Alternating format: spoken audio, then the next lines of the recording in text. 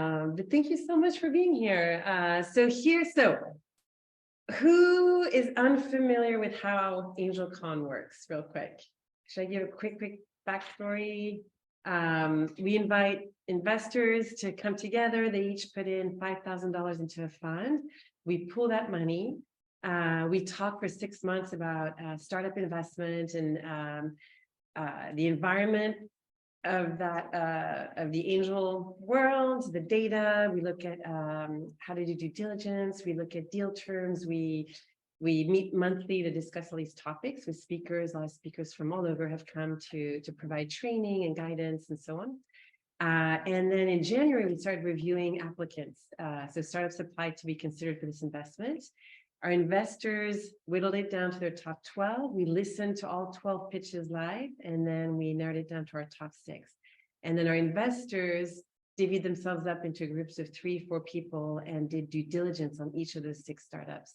So I think I'm guessing a lot of questions we're going to get are around this due diligence process of this assessment that was made of these startups, which led to the ultimate choice of what investment they were going to make. So, but first and foremost, can each of you introduce yourselves, your background, and what compelled you to get involved in AngelCon to begin with? So we'll start with Alec, and we'll just go around. Yeah, great. Well, it's great to be here. My name is Alec Lance. I've lived in this area for 5 years. I work in the investment department at a local financial planning and wealth management firm. Headquartered out of Santa Barbara, actually, but we have about 40 employees who manage about $1.8 billion. And I get to help set strategy and execute strategy on the investment side of our business. So, my real motivation for getting involved in AngelCon, one, my colleague was part of it, and having gotten to know me from working with me for the past 5 years, he thought it would be something that I was would really enjoy. And, it was just a great opportunity to get more plugged into the entrepreneurial part of our community here in SLO, which I've just been truly blown away by. So it's been a really fun experience in a lot of different ways. Thanks, Alec. Donica. Good morning. I'm Donica Forensich. I'm a corporate startup attorney specializing in working with early stage tech startups. And I've been doing it in the legal field for over 20 years. And I am now a SLO County local living in Paso for the past 1.5 years. And I've been involved with the AngelCon since the beginning on the lawyer side, helping with trainings and advice for the startups and the due diligence teams. I got involved as an investor in Fund 3 originally and continued since. And one of the reasons I got involved was just to see things from the other side. And also, as echoing Alex's statement, to just get more involved in the community, meet other angel investors and expand the network. And it's just a lot of fun to meet other people interested in the same things. Yeah, I'm always impressed by the group. There's a genuine desire to support the local scene around the startups that are trying to launch and grow here in SLO. It's really impressive. Yeah. Nathan.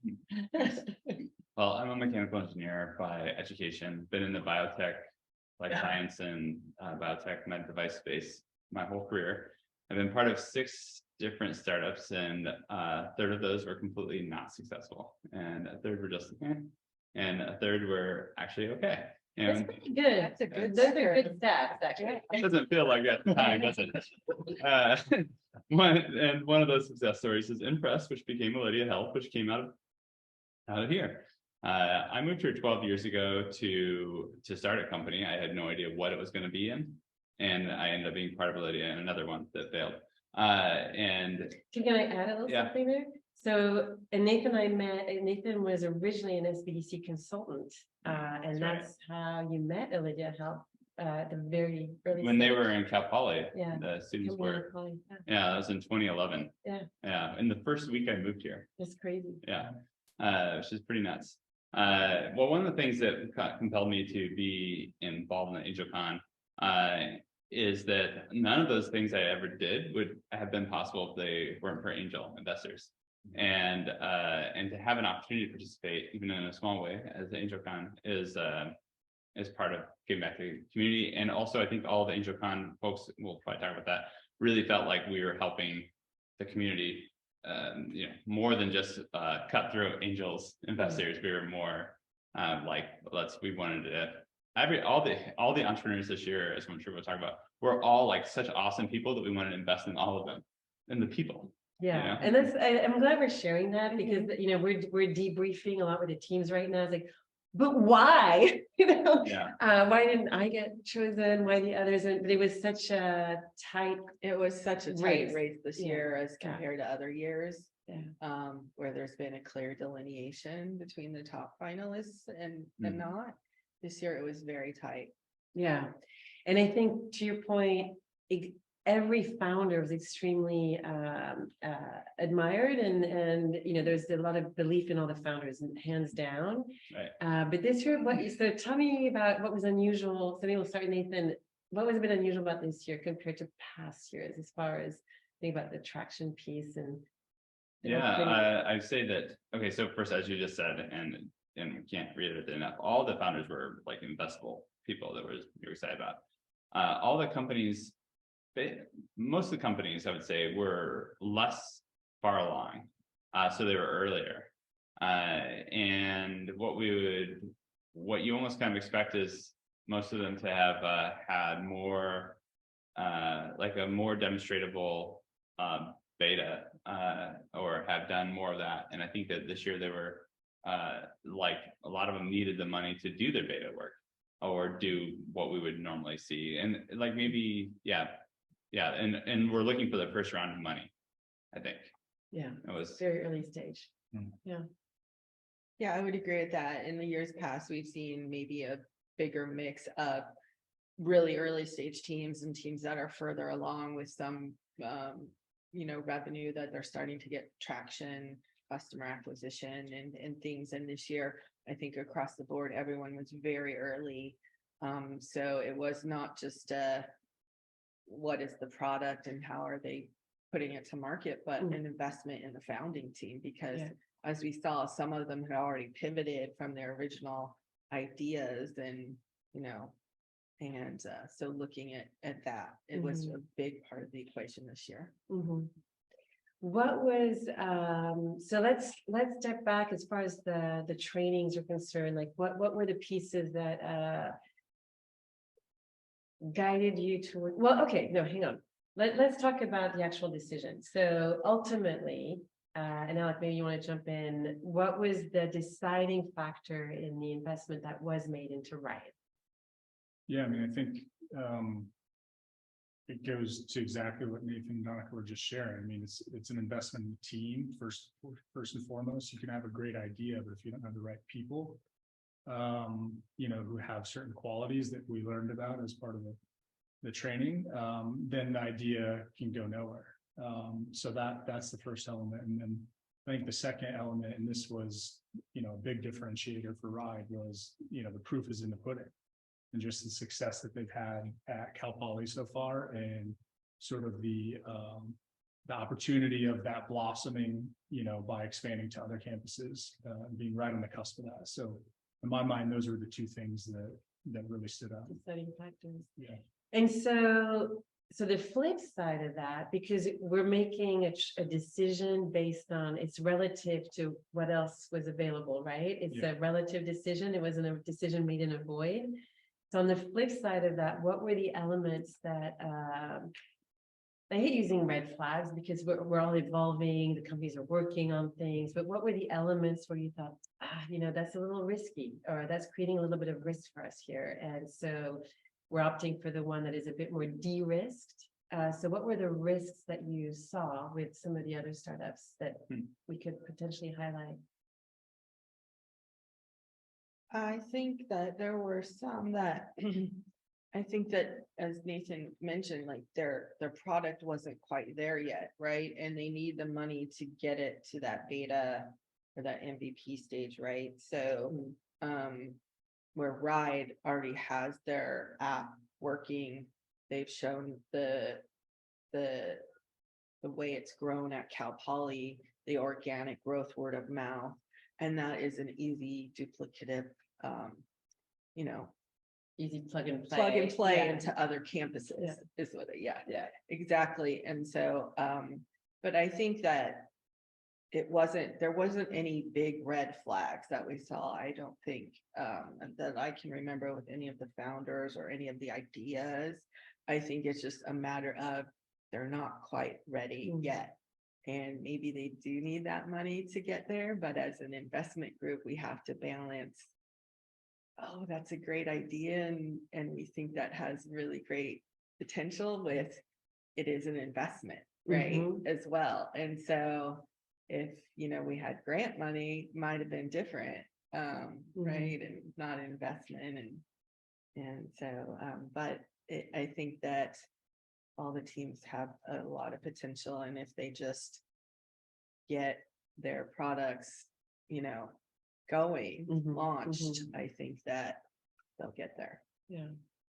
What about you, Nathan? Is there anything that came up in well, let's talk about how you did the due diligence. How was that process? And any risks that you saw that caused you to be a no? It is actually interesting. I'm gonna say that the teams were really well vetted. Like this year, you didn't see any teams that really had like high IP risk or didn't actually own the technology or things like that we've seen before, where you've gone along and you realize, oh wait, you don't actually own the technology, or there's, I'm always thinking about it from a product development and an IP perspective and things like that. And this year, I mean, to say, yeah, that was actually really well vetted. So yeah, I'm gonna have to go along here and say, like, there wasn't giant red flags, like not that many. I think, yeah, I don't know. That's a good question. Yeah. Yeah, I think to echo Nathan's point is, in years past, we have seen teams where, their main IP was something that they had a non-exclusive license to. Mhm. And that was just a huge red flag. It's not even an exclusive license. So, that was just a deal breaker. I'd like to add to that, and I don't have the context of the prior years, but I had the opportunity to lean on these two investors as part of the group who have been involved, the prior years and had more angel investing experience. But the thing that sticks out to me was, it's just the timing. It's like these startups and these founders are working on their schedule, which is evolving all the time, but we're kind of, and it has to be this way, but they're kind of forced into a more regimented schedule around what AngelCon and our group was trying to do. They have to be there at the right time Exactly. for this event. And that, to That's me, true. that was like, that was where a lot of the risk came in this year, in my mind. It was just like, to the point that's already been made, all these founders and even ideas seem investable, but the timing just wasn't right. And I guess that's almost a little bit of a plug for next year, because But I mean, it's super encouraging for all the teams. Like, okay, you deserve your spot in that top 6. Like you were, Oh, for sure. yeah. Definitely. We weren't just filling gaps. Yeah. Right? and literally, if it shifted like a month, it could have been different. For That's right. one or two of the other companies. There's a couple of companies that were on the edge of that. So close. And there's another thing that I was thinking about too, when Nathan and Donica were talking, is just that, we can't eliminate risk in this. Like it's maybe the riskiest segment of the investment markets that you can possibly even be involved in. Yeah. So just being smart in the risks that you're taking. And that was, I think, where ultimately the investor group's conversations ended up going. And there was a lot of deep conversation. I don't know how that compared to previous years, but I think that was ultimately where a lot of it was heading, is like, there's risk no matter what, but how can we be smart with our risk? Yeah. Assessing that. Yeah. And if there are any questions, please feel free. Yeah, chat. Please. So just for the audience, Chad Kim is asking a question. He's the founder of MyMedify, one of the top 6 companies at AngelCon. unrelated to me, but why split the funds 100 to 40 instead of betting it all on Ride? Yeah, that's a great question. It's not, 40 is not that much. I mean, for demo, at the early stage, it makes a big difference for sure. They're not paying themselves. You can do a lot of 40K, but you know, So- curious. What? Yeah, I'll repeat the question real quick. Yeah. Why did the investors choose to split the investment into 100K and 40K? I would say this because it wasn't a clear winner.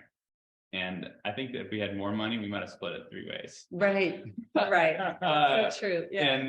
And that was really challenging. I think last year set the precedence for that.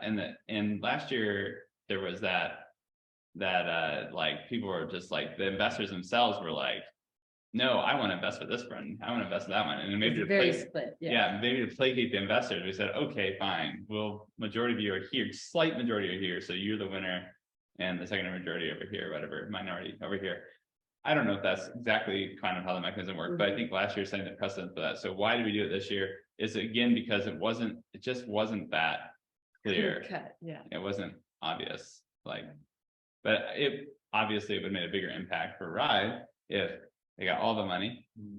But we felt, I think Eric was the one who was suggested this year, and Eric was saying, if And we're, Eric Dostert, he's the founder of Dozuki, one of our local tech companies. and he was on our team, and he was saying, he reminded us all, like, aren't we all doing this kind of to support these entrepreneurs? If that's the case, can we split the money up a little bit to support not just one, but two? And that was the compassionate side, I guess, of it. Right? I mean, you have to remember, this is a really, how do you say, this unusual group of investors, right? Angel investors. It was not all about the ROI. So there's definitely a lot of discussion around. Yeah, I agree. I mean, it's a small investment that you start with in AngelCon, where if you're an angel in a bigger angel fund, it would be a much higher investment dollar wise. And Most angel groups is Yeah. a 25K minimum. Yeah, and here we're you're- at 5. and yeah, and there might be a general partner or couple that are making the decisions. Right here, it's a democratic, everybody votes. And I think this year, because all of the founders and the teams were so early in their products, that we felt the consensus was, why don't we split it and give a second place to, we'll vote on, a second place that we think, just to help a little bit believe in the founder. And that was how we voted.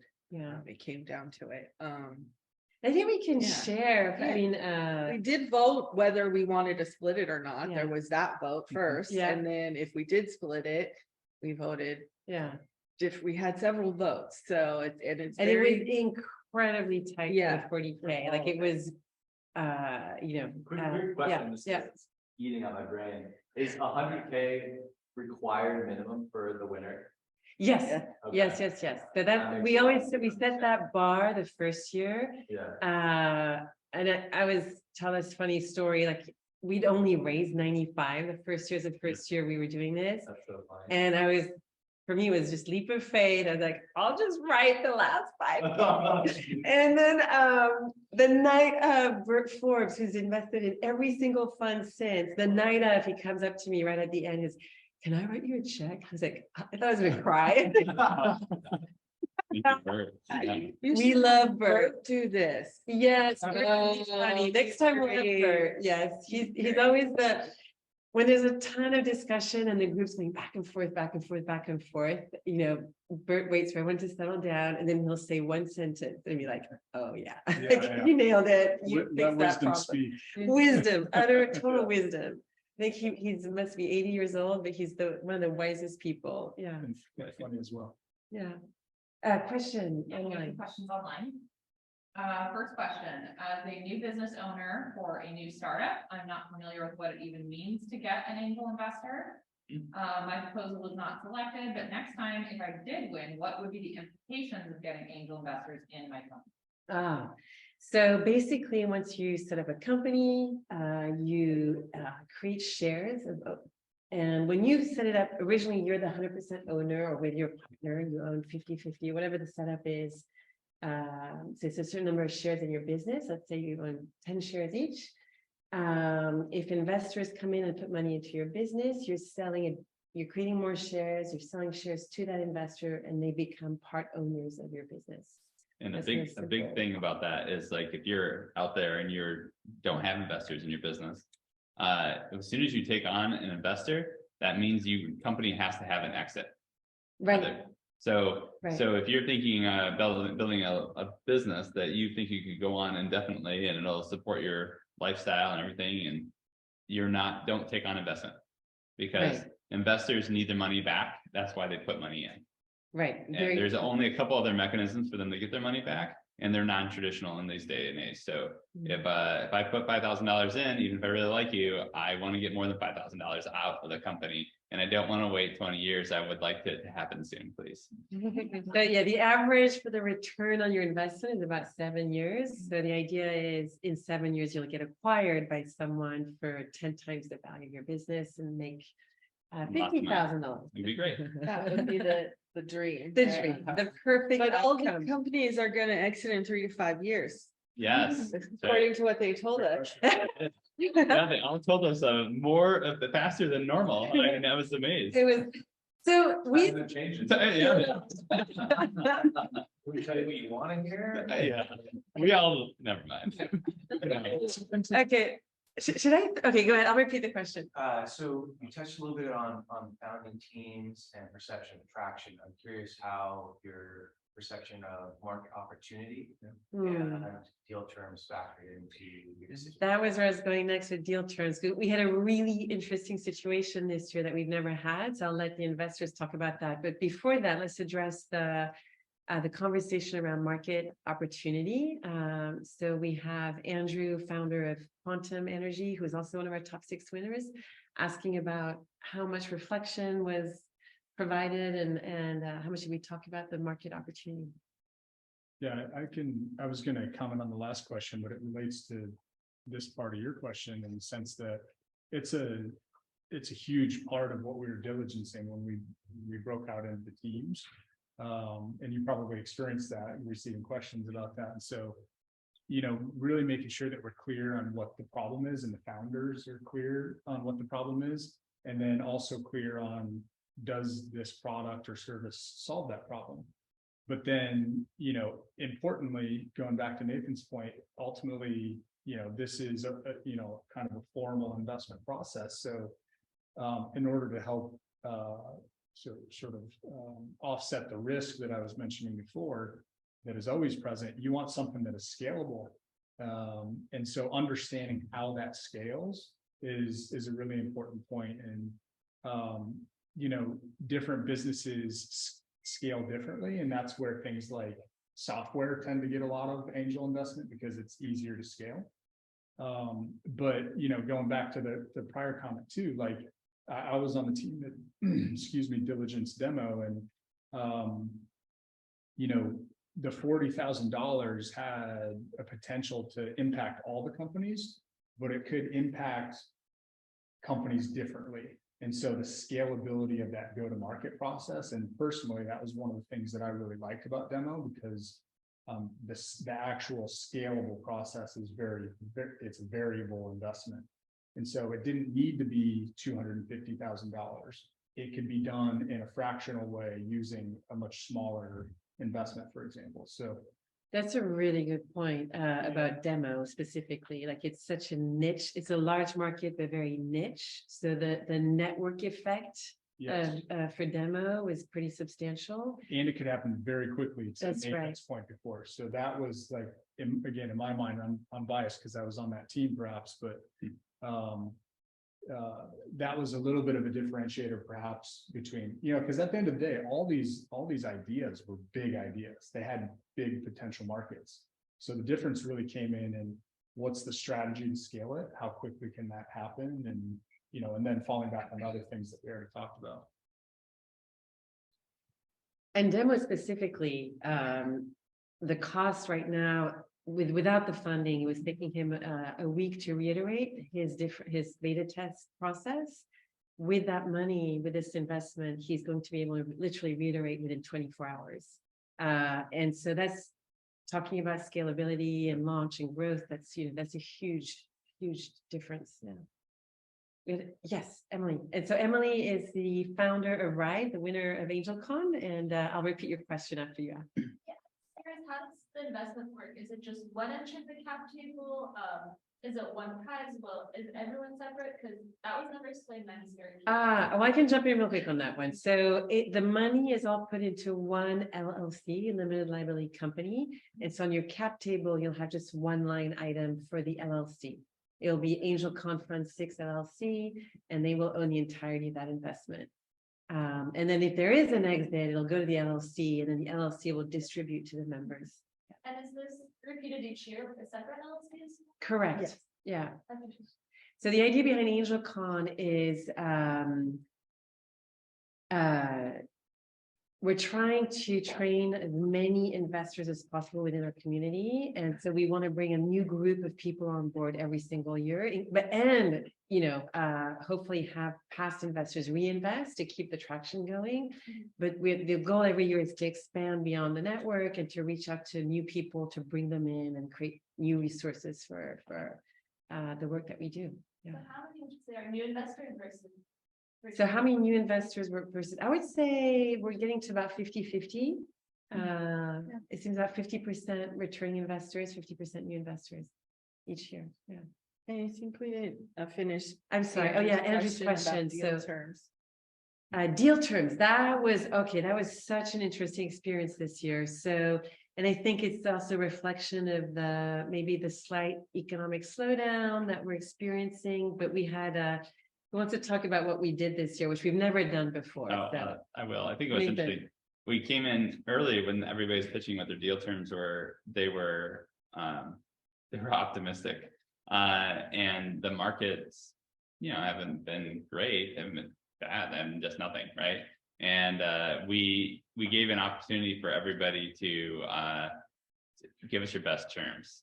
And So originally everyone had terms. Yeah. And as we said, it was very tight. So we thought, well, we're looking for some deciding factors, and also maybe the terms weren't necessarily very realistic. So we said, hey, what's your best terms? And that everybody changed significantly. Not everybody. No, you're right. nearly, Yeah. so 5 out of 6 Yeah. significantly changed the terms when they came back. And that was definitely that helped in the decision-making process. Yeah, it was a factor. So, that was something we haven't done before, and definitely because the race was so tight, it was a factor. It was helpful. Yeah. Those terms are like giving more equity, or is that how I got that? So the terms, basically, there's 2 key terms. One is the valuation cap. I think all the companies were raising funding on a safe agreement, which I'll let Donica touch on briefly, to give an overview if you guys want to know more about that. And also the discount on the price. So it's basically you're investing in the company, you're not getting shares actually.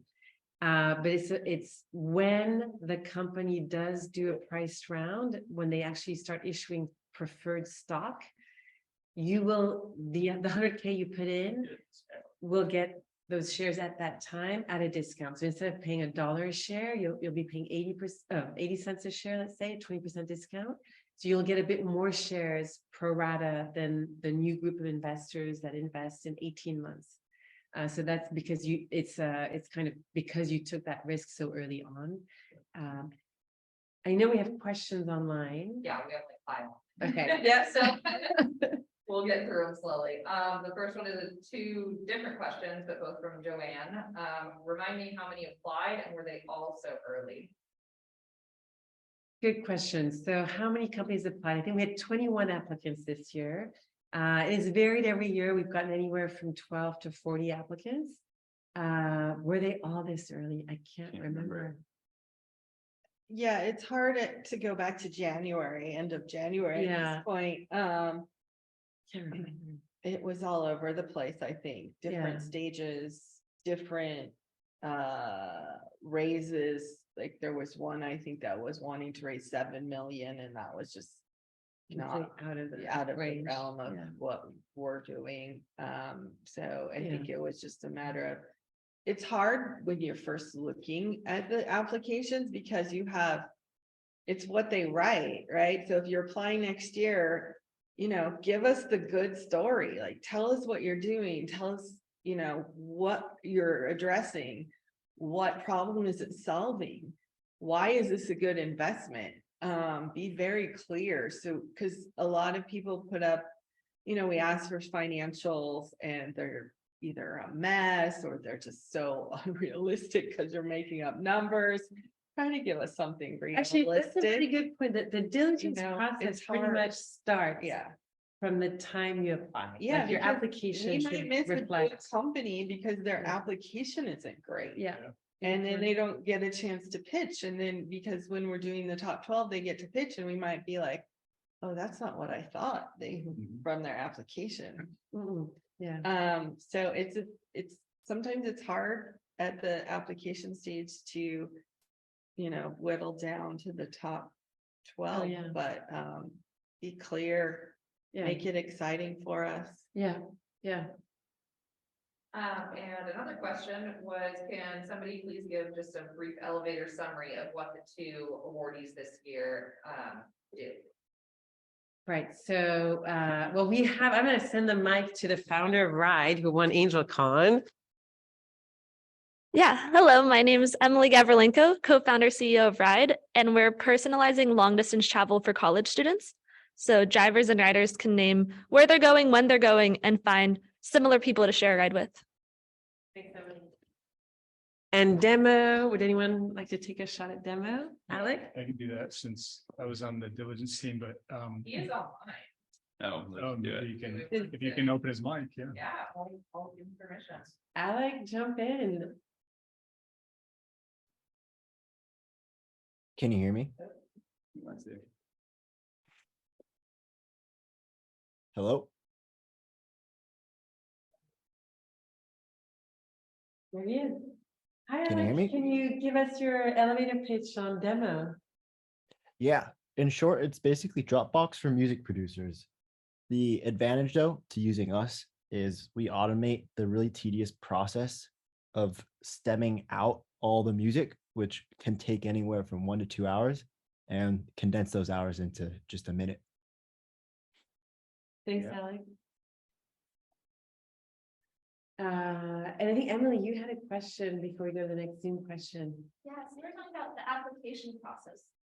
And it seems like it's a lot of text, like lots of questions. So what do you think for like what jumps out? What makes you think, aha, this is a good one? So back to the application process, like what should you be focusing your energy on if you're considering to apply next year? Wow. And that's, we all have different- Everything. Yeah, I would say everything because we all have. Question, I mean, we look at each question, when we set it up, we're like, okay, do we really need this question? Do we really, and every time it's like, yeah, no, this is like the core, the basic core of what we need to know. Yeah. Right, and like that, and just even with us sitting here, we have very different perspectives. What we would say is the top thing, and I develop products, right, from nothing to something, and so I want to see that there's a real product that's being made, whatever that product is, whether it's digital or physical, and that has a real plan. And I understand, and you understand what the risks are and how much investment it takes to get there. Those are my key things that like I'm always looking at. So you're actually interested in the commercialization process, like have they thought through that? Right, because you can have the greatest idea in the world of a final product, but zero idea how to get there, and it's not investable to me. I'm like, I can't do that. One thing I know we'll probably all say what we want to do, but one thing that's interesting about this group that's different from like, Joanne's on the call, and Joanne's a seasoned angel investor, and like CCV, which I'm part of with Joanne. Like if you were and coming to CCV. So just to clarify, CCV is our local angel Yes. group, Central Coast Ventures. It's a group of general partners and limited partners. They've raised funding about 12 months ago. They've made 5 investments so far. They're on the cusp of making 2 more. So they've invested about $700,000 in the last 12 months in local startups. So that if you're like that, and as an example in that group, like you would be farther along. So, right? Yeah. I'm part of CCC Yeah, you're right. too. And So, as yeah. soon as I said that, I'm like, oh yeah, you are too. Of course. And you would probably already have raised friends and family money. Yeah. And so, You've really vetted your go-to-market strategy. right, Mhm. before Yeah. we would entertain you. Yeah. Yeah. Yeah, and I mean, I think that you have to have the idea, like Nathan said, what is the product or service that you're providing? Really thought through, is it a good idea or a good product? Does it serve a market purpose? And then like the commercialization, the go-to-market strategy, right? So how are you gonna get there? How are you gonna get your product out or service out there and make money? Because ultimately, investors want a return. That's the goal, right? And if you can't get it to market to make the money, there's no return. So, and I think a lot of very early stage companies haven't thought it all through yet, because they haven't been through a summer accelerator program or Yeah.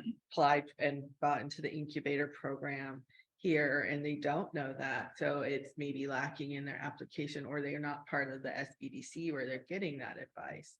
So I think that we're lucky that we have a lot of good applicants, but there are some that just fail in their applications. And then unrealistic pro forma financials are a problem. So they don't have to be, how do you say, so the pro formas, we all know that those numbers are going to change. Right. I always get that Yeah. question from founders. It's like, Yeah, how do I know? Like, I think investors are looking for the thought process behind those numbers. Exactly. How did you get to those Yeah, how numbers? did And you get did it? your thought process, does it make sense? And if Right. it does, great. We know it might change and we know it's a exactly. But given. if you It's gonna be say different. year one, you're gonna make 100,000 in revenue, and year two, you're gonna make 10 million, that doesn't seem right. And, you know, maybe it is, there could be a reason, but highly unlikely. So give us something that, how did you think through? Where's the data to back it up? Because we know at Actually, early let's back to stage, that yeah. hockey stick. Like, Yeah. we don't want to see the hockey stick, right? Nick is laughing. Because you could like, almost everybody has the hockey stick, and the hockey stick, you could have just Yeah. pulled it off online and put your own like Company things on name. the axis. This will be our growth. And you're like, how are you gonna do that? It's funny because there's also the table, and I think every single pitch deck that we saw at the top 12 presentations with the table where this is us and this is our competitors, and we have a bunch of check marks and they have a bunch of X's. Yeah. And so I just bring that up because it's the same point that Donica is making, is like, you know, one of the important things for founders is to know what you don't know and be humble enough to ask questions to people who might know. Yeah. And so, you know, as investors, I think we expect to see those tables, Yeah. but there's also a level of humility in saying, you know, maybe there is other competition that isn't on this table, or that I don't even know about because I don't have deep experience in this area, for example. So Right. I But think I that's think a big thing. that's a humility. really good point. It's like the pitch deck is formulaic. Yes. Like we teach it, we provide templates, we obsess about it. Like there's a 6-week, 8-week boot camp around it. But it's not because it's formulaic that you have to mail it in, right? It's like you have to have the reasoning Yes. behind all the data that's in that. deck. That's what our diligence process is about, is like, we know that the pitch deck is a sales tool, you know, it's selling us as investors to invest in the company. So the diligence process is all about, you know, honestly poking holes in that and understanding the risks, but also helping clarify the opportunity, Yeah, you know, Yeah. so. yeah. Another question online? Yeah, this will be more. Joanne also asked if Ride can't go national, what do you think the team might be able to pivot to? If they cannot go national, what will they pivot to? Well, I will ask Right, our specific founder, question. Emily. Wow, I thought someone would answer that question for us. National, that's interesting. So I think there's a lot of different ways we could go. Step one is just our ultimate few-year plan is expanding across California. And right now, our whole pitch is talking about the student demographic because we identified that niche, a huge problem, but we've already had to starting to see some seniors graduating who have done dozens of rides, our top drivers traveled with 100 different riders. So these people start to love carpooling. They love sharing a ride with others. And now they're entering the workforce and they kind of have the service taken away. So that's the other avenue we could go towards. One is expanding geographically, and then the other is actually expanding who we open it up to. And there's two different strategic rollouts we could do there. Okay, Can I say And- something? yes. I think one of the things that we talked a lot about, and I think that probably unanimously, the investors really liked about RIDE is just the data that the company has collected. And in order to make decisions like how to pivot or roll out to new markets, for example, data is invaluable. right, and that's true. RIDE is incredibly strong in their analytics. Yes. The two co-founders are very, I mean, they're both engineers, computer science engineers. And so they have that background and that traction, like they're trackers, right? That's how they're. What sort of data are you talking about? It might be better for you to ask the founder maybe after this. Well, I think it was like the data about who's doing the rides, where are they going, so that they could then focus their marketing, on specific to grow their. And they had Right. they had data on the beta testing, right? They had a product actually, had data on it, which is always really nice. The reality of the use of the product, who's using it, where, when, how. Okay, so just like the basic stuff that you would assume. In the charts that they presented in the deck. Yeah, I mean, so many things. right. But it's more, Okay. it's a lot of analysis around their users, Yeah. be it both the drivers and the people using the service. They had a lot of information about that. I can give you an example. So, for example, are there certain communities that students from Cal Poly are driving to? Maybe they live in the valley, for example, where there's more repeat users who live in the valley versus live in LA or the Bay. And therefore the company might be able to use that data to say, okay, let's amp up our marketing spend to people who we know live in the valley by looking at their social media, for example. And reduce our spending on these other markets because the hit rate is just higher with people, I'm making this up on the fly, but Yeah. that's it. I think that's a real world example of what it could be. Yeah, that makes a big difference. And I'd love to talk to you after too. I'd love to do- Another question online. Yes, thanks for the event, first of all. Recognizing angel and early investing is risky and very hit and miss, and often as much about luck as anything else. Can you talk about your group's success / track record, i.e. what have the financial returns of the group been in recent years, if any? And has this group of investors actually made money and generated a return or lost any investment? Great questions. So I can answer that real quick. So this is Fund 6. So we made 6 to 8 investments because we split the pot last year, split the pot this year. So far, we've lost one company. The very first investment we made the very first year. There's a very specific reason for that, but I won't go into the details, but we've lost one. Overall, if you watch the video on YouTube, and maybe we'll share the link at the end, or we can always, it's online on our website. If you watch AngelCon, we have it starts at minute 22. We share all the data of all the results of everything we've done in the last 6 years. A few highlights. We have one company that did make it to the top 6 the first year, Mason. They did not win. And last year they closed their first price round. They raised $12 million. So that was, they're on track. They're going, I'd be ready to vet that or vouch that they're going to be a big success. Another company that made the top 6, not last year, the year before, I believe. That was Fund 5, Authenticate.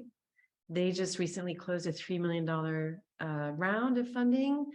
And we've on average, and the average has just gone up, but again, it's all in the presentation. Companies have raised anywhere between $2 to $4 million within the 12 months following the event. So those numbers are pretty significant. So I would say we're on it. But But we haven't had any exits. No yet. exits I yet. mean, we're too early. Yeah, We're too early. It's been 6 years. We need, on average, you need 7 years. Despite the fact that every team says 3 to 5 years. That's right. So 7 years sounds so long. So maybe within the next 2 years, we'll start seeing some exits, but yeah, Really we're a good little point, early. yeah. So, but everything except Fund One still has their companies going, and some have pivoted and are seeing success with customer acquisition and revenue. And so hopefully, I Yeah. think we will see an exit at some point. Yeah, every other company that we've invested in since Fund One is still up and running, is still growing. I think the Fund Three, was it, well, I shouldn't be vouching, but there's a couple companies I think that are doing really well. And so, Yeah, most of them are. yeah, It yeah. appears, and I think that even non-winners get funded through the AngelCon program. So just because somebody didn't win doesn't mean an investor won't reach out, or you shouldn't keep in touch with the investors, because I know that other people that have pitched have gotten checks right away and been able to, keep going, and it's just a great network to be involved with. Yeah, thank Yeah, you. just maybe I'll build on that, because it sounds like this question is maybe coming from somebody who's interested in possibly investing in AngelCon. And I would say that, we're up here talking about the value of the investment or potential value of these investments in the future. But there's also a lot of other value in, learning as part of the program. As an investor, Judy shared that we do these monthly check-ins where we're bringing expert people in about, angel investors, legal counsel like Donica, and having an opportunity to learn. So that's valuable to me, for example. Also having an opportunity to meet founders, people who are inspiring and doing really cool things in our